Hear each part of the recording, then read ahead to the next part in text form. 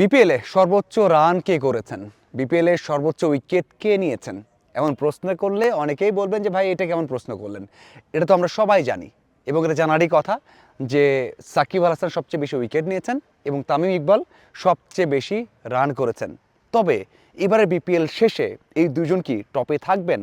সাকিব আল হাসান আবারও মাঠে ফিরবেন, বিপিএল খেলবেন এবং আরও দুইটা নাম আছে যে দুইটা নামকে হয়তোবা এবারে বিপিএল মিস করবে। তারা কারা, এইসব বিষয় নিয়ে কথা বলতে চাই। প্রথমত যে রেকর্ডটা সবচেয়ে বেশি রান করেছেন তামিম ইকবাল, সেই রেকর্ডটা থাকবে কিনা।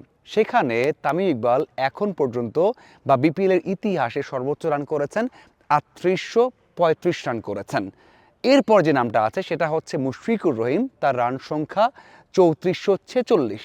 তার মানে মুশফিককে আরও ৪০০ মতো রান করতে হবে যদি বিপিএলের ইতিহাসে সবার উপরে যেতে হয়। এবার কি সেটা সম্ভব হবে? মুশফিকুর রহিম সবশেষ আসরেও রান করেছেন, তবে খুব বেশি রান করতে পারেননি, ২০০-র আশেপাশে রান করেছেন। এবার একটা আসরেই করতে হবে ৪০০-র মতো রান। সেটা কি সম্ভব হবে? আমার মনে হয় না, কারণ ম্যাচ সংখ্যাও কমে গেছে। এটা হচ্ছে একটা বিষয়। আর একটা বিষয় আছে, সেটা হচ্ছে সর্বোচ্চ উইকেটের ক্ষেত্রে সাকিব আল হাসান নিয়েছেন ১৪৯ উইকেট। সেখানে তার পেছনে যিনি রয়েছেন, ২ নম্বরে রয়েছেন, সেটা তাসকিন আহমেদ। তাসকিন আহমেদ নিয়েছেন ১২৭ উইকেট, ২২টা উইকেট পেছনে আছেন। তার মানে এবারের বিপিএলে ম্যাচ হবে 10টা প্রথম, মানে রাউন্ডের খেলাগুলো, এরপর 2টা অথবা 3টা ম্যাচ পাবে কোনো দল। তো সেই দিক থেকে 13টা ম্যাচ খেলে মুশফিককে করতে হবে ৪০০-র মতো রান এবং তাসকিনকে নিতে হবে 22টা উইকেট। সম্ভব কি?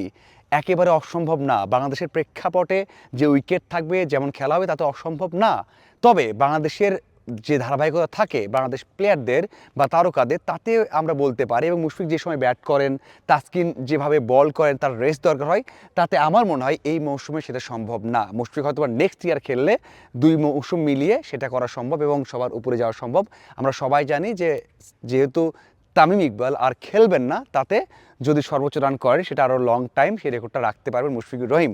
অন্যদিকে তাসকিন আহমেদ যদি 2 মৌসুম মিলিয়েও 22টা উইকেট নেন, তাহলে কি উপরে থাকতে পারবেন? নাকি সাকিব নেক্সট ইয়ার বাংলাদেশে ব্যাক করে বিপিএল খেলে সংখ্যাটা বাড়াবেন? দেখুন, আমি যখন কথা বলছি তার 24 ঘন্টা আগেই আমরা দেখেছি বিসিবি থেকে স্টেটমেন্ট দেওয়া হয়েছে, প্রশ্ন করা হয়েছিল যে সাকিবকে জাতীয় দলের জন্য বিবেচনা করা যায় কিনা। তখন বলেছেন ফিটনেস এবং পারফরমেন্স ঠিক থাকলে নির্বাচকরা দেখবেন। তার মানে এখনও একেবারে বলা হচ্ছে না যে কখনোই বিবেচনা করা হবে না, কারণ সাকিব আল হাসান নিজে বলেছেন 3টে ফর্মেটে অফিসিয়ালি তিনি রিটায়ার করেননি। তিনি মাঠে এসে বাংলাদেশে এসে খেলবেন, 3টে ফর্মেটের পূর্ণাঙ্গ সিরিজ খেলে অবসর নেবেন।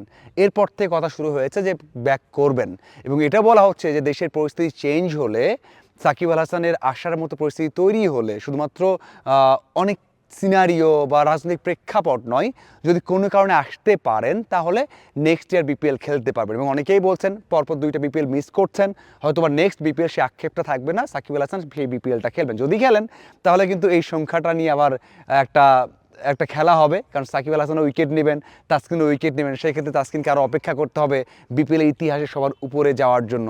এই হচ্ছে সর্বোচ্চ উইকেট নেওয়া, সর্বোচ্চ রান করা এবং রেকর্ড, এবং সাকিবের ব্যাক করার আপাতত যে আপডেটটা। আমার মনে হয় সাকিব আল হাসান, যেটা আমার মনে হয়, আমি কথা বলেছি বেশ কয়েকজনের সাথে, বিসিবির সাথেও কথা হচ্ছে, যদি এটা সরকার পর্যায়ে গেছে, সব কিছু মিলে যদি পরিস্থিতি চেঞ্জ হয় তাহলে নেক্সট ইয়ার সাকিব আল হাসানকে হয়তো আপনারা বিপিএলের মঞ্চে দেখতে পারবেন, যদি সাকিব আল হাসান হঠাৎ করে আবার অবসর না নেন। উনি বলেছেন তো দেশে এসে খেলে অবসর নেবেন এবং তিনি ডান, এটা বলেছেন একটা জায়গাতে, ক্রিকেট নিয়ে ডান, শুধু দেশে এসে খেলতে চান। এমন হতে পারে যে বিপিএলের আগে পূর্ণাঙ্গ সিরিজ খেললেন বাংলাদেশের হয়ে, তারপর অবসর নিলেন। তবে অ্যাভেলেবেল থাকলে অবশ্যই নেক্সট ইয়ার বিপিএল খেলবেন, এমন একটা আভাস কিন্তু পাওয়া যাচ্ছে। এখন আসা যাক আরও 2টা নাম, যে 2টা নামকে হয়তো বা সমর্থকরা মিস করবে। সেটা হচ্ছে এনামুল হক বিজয়, যিনি শুরু থেকে বিপিএল খেলেছেন, এবার খেলতে পারছেন না। আরেকটা নাম হচ্ছে মোসাদ্দেক সৈকত, তাকে নিয়েও কথা বলতে হয়, ন্যাশনাল টিমে খেলেছেন, আলোচনায় ছিলেন। হঠাৎ করে এই দুজনকে আমরা দেখতে পারবো না, কারণ হচ্ছে একটা অভিযোগ আছে, সেই অভিযোগের কারণেই তাদেরকে কিন্তু লিস্টের বাইরে রাখা হয়েছে। যে 9 জন ক্রিকেটার আছেন তার মধ্যে এই 2 জনকেই বলতে হচ্ছে সবার উপরের তালিকাতে, এবং জাতীয় দলের অনেক হাইট, অনেক বড় তারকা, তারাও কিন্তু থাকছেন না। যদিও বিপিএল শেষ হলে হয়তো বা একটা বড় আশ্বাস বা একটা ভালো স্টেটমেন্ট সাথে প্রমাণ পাওয়া যাবে যে কেনই বা তাদেরকে রাখা হয়েছে বাইরে, এবং তাদেরকে এবং বিপিএল রাখা যেত কিনা। এই 2টা নাম অবশ্যই আলোচনায় আসবে যখন বিপিএল নিয়ে আলোচনায় আসবে। আপনাদের কি মনে হয় অবশ্যই এই বিষয়গুলো নিয়ে জানাবেন। ধন্যবাদ সবাইকে।